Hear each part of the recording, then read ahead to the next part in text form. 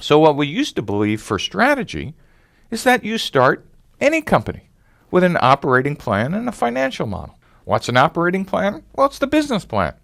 And the belief was all I need to do is spend a lot of time writing this plan, and then all I need to do is execute it. And somehow magical thinking said if I thought hard enough and if I was smart enough to do all the great market research in the library and looking up all the data and then put together a forecast, the magic 5-year plan in the back of the business plan, somehow magically all I needed to do was hire the people to execute that plan. If that doesn't sound silly to you now, don't worry, because it didn't sound silly for 40 years. But we now know that's kind of ridiculous. What we now know is that no business plan survives first contact with customers. The first year or so in a startup is completely unpredictable. What you think you're doing on Monday turns out to be completely wrong on Tuesday. And on Wednesday, you discover something new. And on Friday, you're almost out of business. But on next Monday, you get sold for $1 billion. A startup is an incredible roller coaster, unpredictable series of events that there's no way you could put together in a 5-year plan. Yet somehow investors and educators thought that maybe we could just teach you how to put this all together in a nice spreadsheet. No one ever noticed that the only other people to do 5-year plans were these guys, the Soviet Union. And we kind of know how well that turned out as well. Though, much like the fallacy about business plans and financial forecasts, that lasted for about 80 years.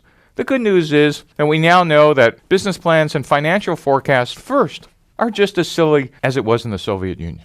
So, no business plan survives first contact with customers. This doesn't mean we shouldn't have any planning, but it actually means what we need is planning before the plan.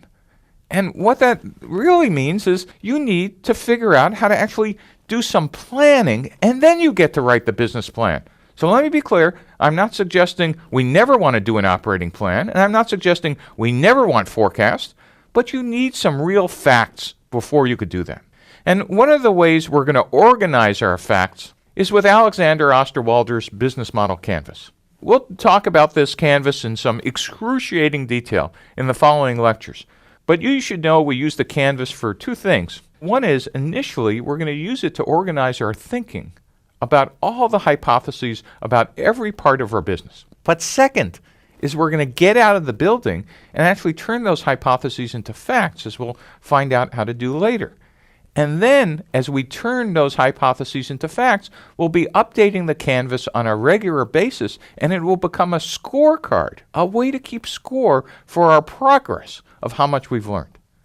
So what this means is, instead of writing the operating plan and financial forecast first, we're going to use the business model canvas to actually capture all our hypotheses first. For the search for the business model, we're going to start with the model first, and then after we find the model, we get to write it up.